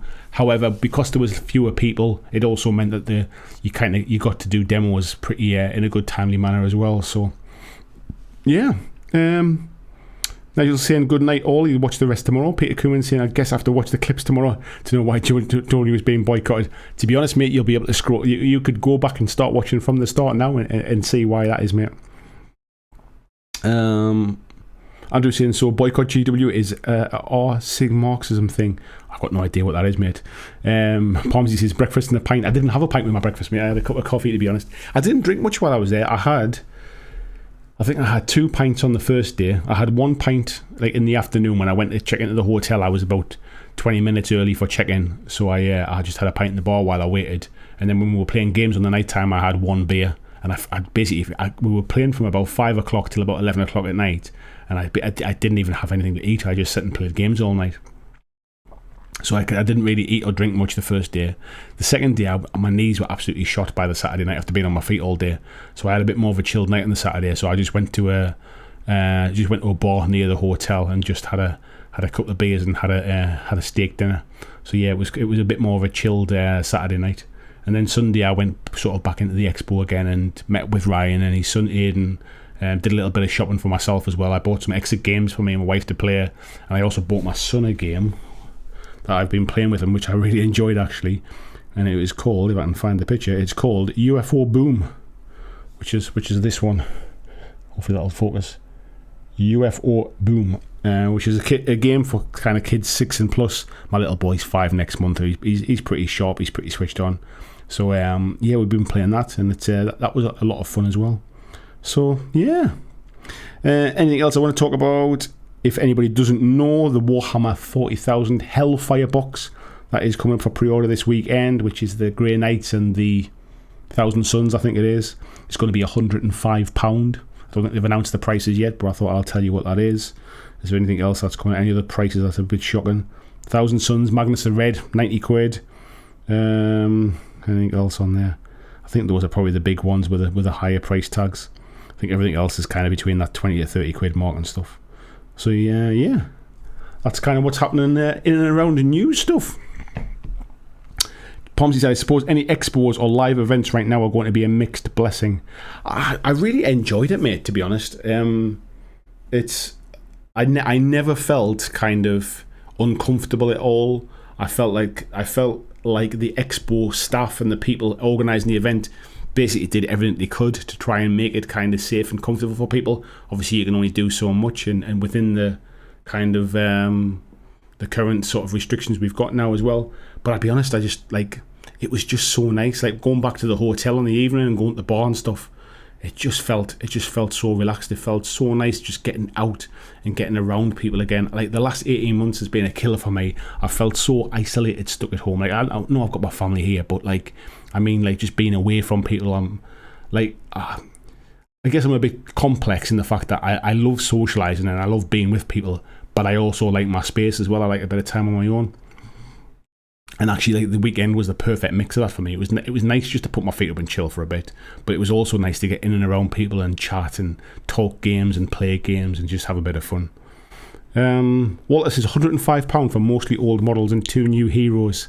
One of them being the worst in the box. That box should sell out instantly. Andrew says, how much is £105 in US dollars? GW conversion rate. Oh, I'm trying to think now, mate. It's probably about... In fact, I should be... Let me have a little look on here. I might be able to work something out. If I can find something on the GW website that is £105 now, I can switch across to the US pricing and see what it is. So let's have a little... Oh, so the Warhammer 40,000 Command Edition starter box is £105. So let's change that over to US dollars. It should be about $165, mate. That's what it should cost. So there you go. Age of Atom says, did you guys already talk about GW paying their designers peanuts? Yeah, we've already talked about that, mate. That was one of our chats earlier on. Peter says, maybe the right time to unload those Grey Knights. Ryan says, seconders, I thought it was well run, smaller but still good. Missed the bring and buy, but understand it not being there. Yeah, 100%, mate. I felt a little bit flat first thing on the Friday morning, I'll be honest, after a 4:30 start and like a 3-hour drive going down there. And then walking in and finding it so quiet, I was a little bit like, oh, I feel a bit disappointed. But I'll be honest, the longer the weekend went on, the more I enjoyed it, and it was awesome to see people. Pomsy saying, yeah, glad you had a good time. Nice to hear. Thank you very much, mate. I appreciate that. How we're doing? We still got a good number of folks in. I'll open the floor a little bit if you want to just have a chat about something. You tell me what you want to chat about. gone about another 20 minutes or something like that. I normally kind of end the stream about 11ish, but we've still got over 100 people in the chat tonight, so I'm happy to continue the chat about the GW stuff. I'm happy to talk more about Expo if people have got questions. I'm happy to talk about anything at the minute, so yeah, just let me know. VJ's saying bacon chat. When was the last time I had a bacon sandwich? I can't remember. I might go for one tomorrow, actually. It's been a little while since I've had a bacon sandwich. I might treat myself in the morning. I've been trying to be a bit more healthy, to be honest. Paul says, what was this one? Random chat. I got that new tattoo I was telling you about. Nice one, mate. I need to see a picture of that. Paul says, what do you think about the new Infinity Plastics announcement? It's going to be interesting, mate. I'm not convinced that the quality of the plastics will be as good as the quality of the metals, because the injection molding that they're using is not like GW's injection molding, for example. It's like a new technology type thing. That the company that does the technology was actually at the Expo demonstrating it at the weekend.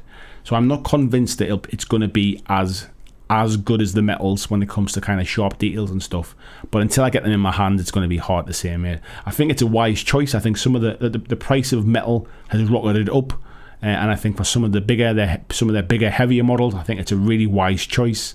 But yeah, it depends. What we don't want to see is the quality dipping, really. So we'll see how that goes, mate.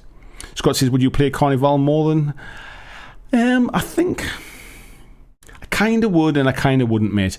I kind of would because I thought it was quite fun and I quite enjoyed it. But as I said before, it's the kind of game that really benefits from having like a really nice table of terrain. And at the minute, I'm halfway through building my Marvel Crisis Protocol terrain and table and stuff like that. I've got other stuff, like I've got my Armada stuff to finish for the event in September. I've basically got my hands full with a few different bits and pieces at the minute, so maybe in the future, but at this exact minute in time, I enjoyed it. I thought it was really good. It didn't like blow me away to the point where it was like I have to buy this stuff, I must admit. I missed the meat and potatoes. Was that all addressed? Yeah, we chatted about that at the start, mate. Age of Adam says, what's next convention you're looking to attend? So I haven't got any conventions set up at the minute, but I have got two separate events at Mantic planned.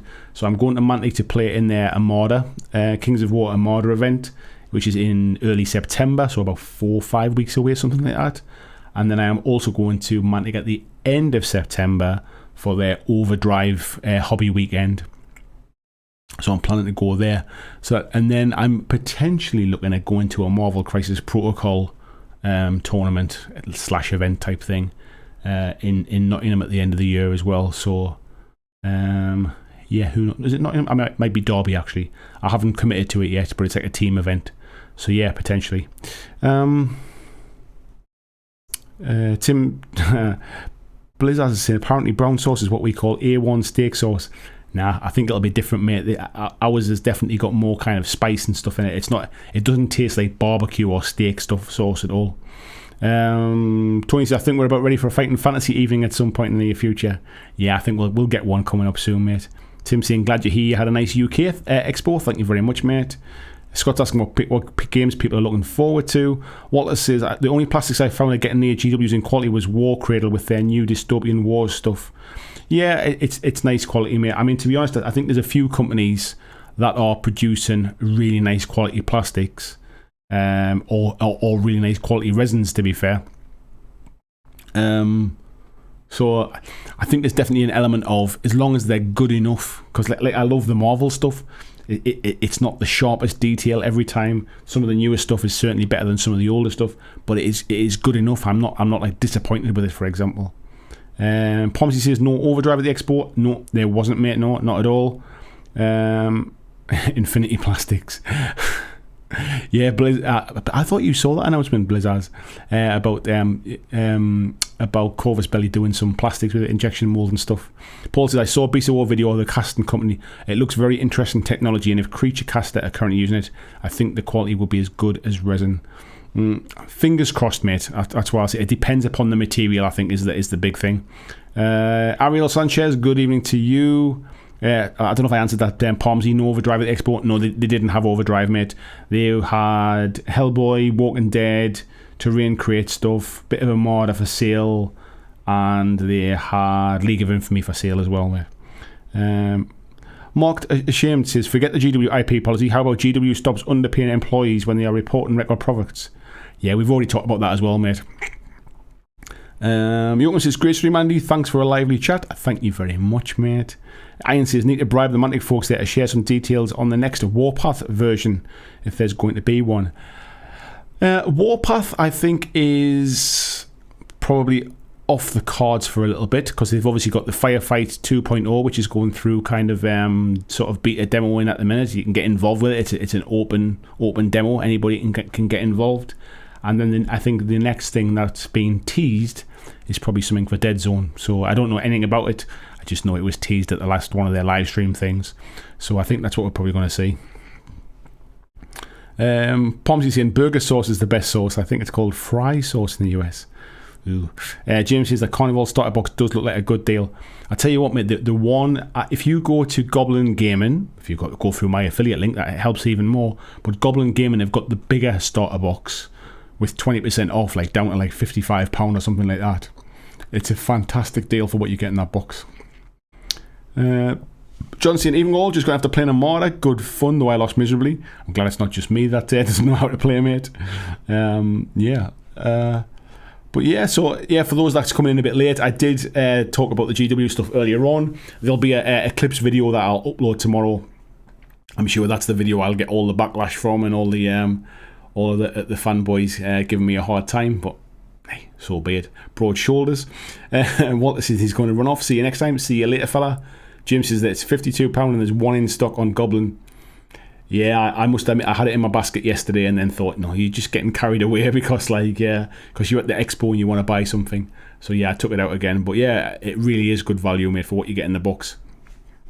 Really nice models. Game was fun to play. I've just got too much on my plate at the minute. I don't need another game. I've got some stuff that I'm working on video-wise, which I can't actually tell you what it is. There's a company have basically sent me a copy of a board game that is coming to Kickstarter very soon, and they want me to have a look at it and see what I think about it. So I've been trying to play that, which is always hard, playing a game that there's no information for. Nobody else has got the game. Like, there's no how to plays online or anything like that.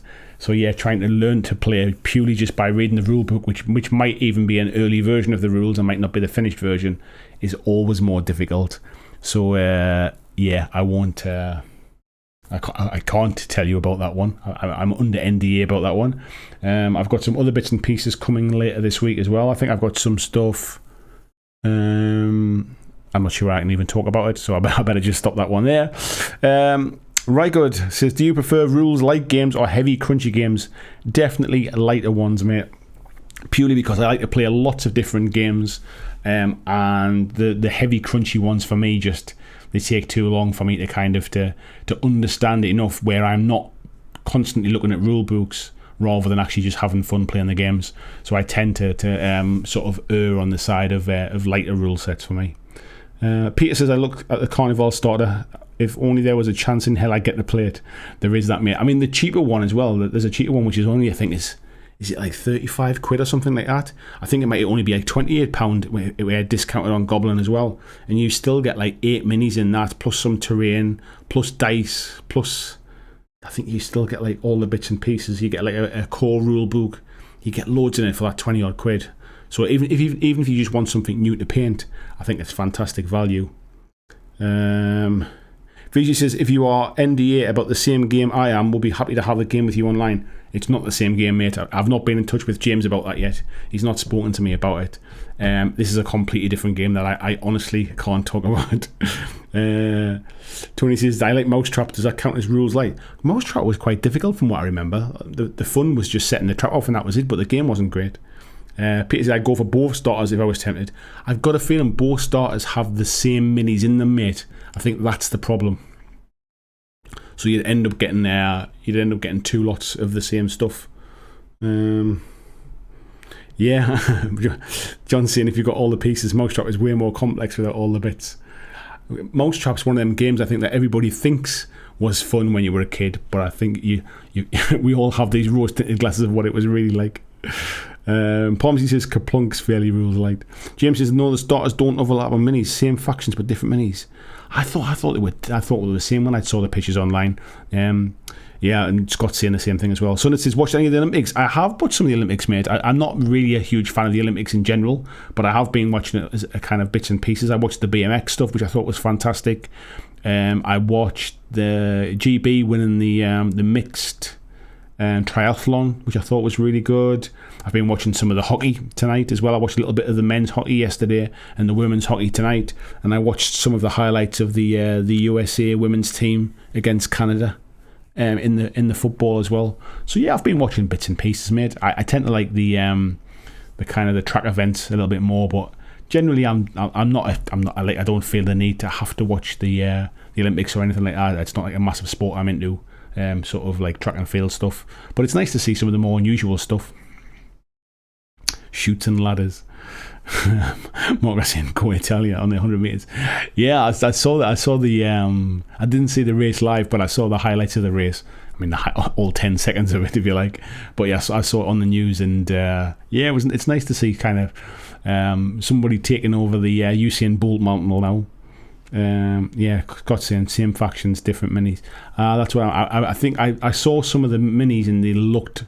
I thought they were the same ones. They looked the same, but I must have maybe the picture in the on the advert thing or on the website was wrong. Sunday, like I said, suddenly become a massive fan of handball and volleyball. I bet you have, mate. Right, I think I'm going to wrap it up there, folks. Now, so we've got about 10 to 11 now. My voice is drying out a bit. My tea is absolutely freezing cold, so I could do with a drink.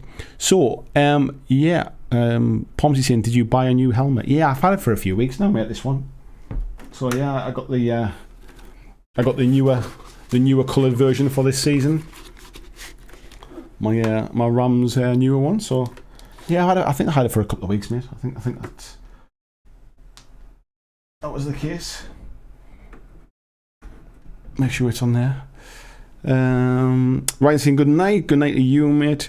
Right, good saying thank you. You are welcome. Mortimer77 says by calling out a boycott, you let other people know your intentions. It's far more effective than not buying product.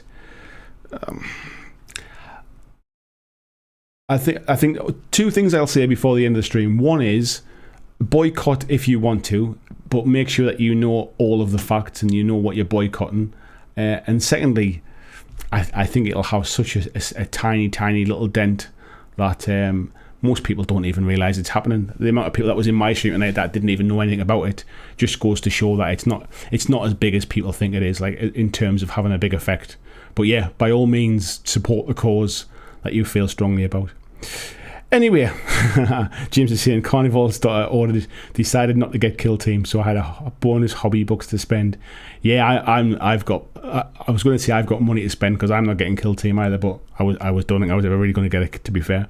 So I will see you all later this week. Peter saying see you at the next big event, Wednesday Live. At this point in time, Wednesday Live is still going ahead. I'm away on holiday on Thursday, Friday and Saturday this week, and I do have some work to get finished before I go away, so if I can't get it all done tomorrow, Wednesday, I might have to take it in the next week and work Wednesday night as well, but we'll see. Says, live to think they have more power than they do in the real world. Yeah, never heard of a boycott. That's exactly my point. I think people think that because a few people online have talked about it, it's huge, but when it comes down to it, it's alright people saying I'm going to boycott. I think the real proof will be in the pudding when all these box sets sell out on day one again by 10. So take care, folks. I will see you in the next video, whenever that is. But yeah, I've certainly got my work cut out to get some work done this week before I go away on Thursday. So take care, and we'll speak soon. Thanks for watching my video. I hope that you really enjoyed it. And if you did, why not consider clicking on the suggested video below to see more of the work that I've done. If you'd like to support the long-term sustainability of this channel, why not consider checking out my Patreon, where you can pledge and support from as little as $2 a month, and there is lots of different tiers and bonuses which will give you access to a private Discord server. It will give you free t-shirts, free mugs, a podcast every month, and a number of other things, including getting your name at the end of every video, like these awesome folks who already support me now.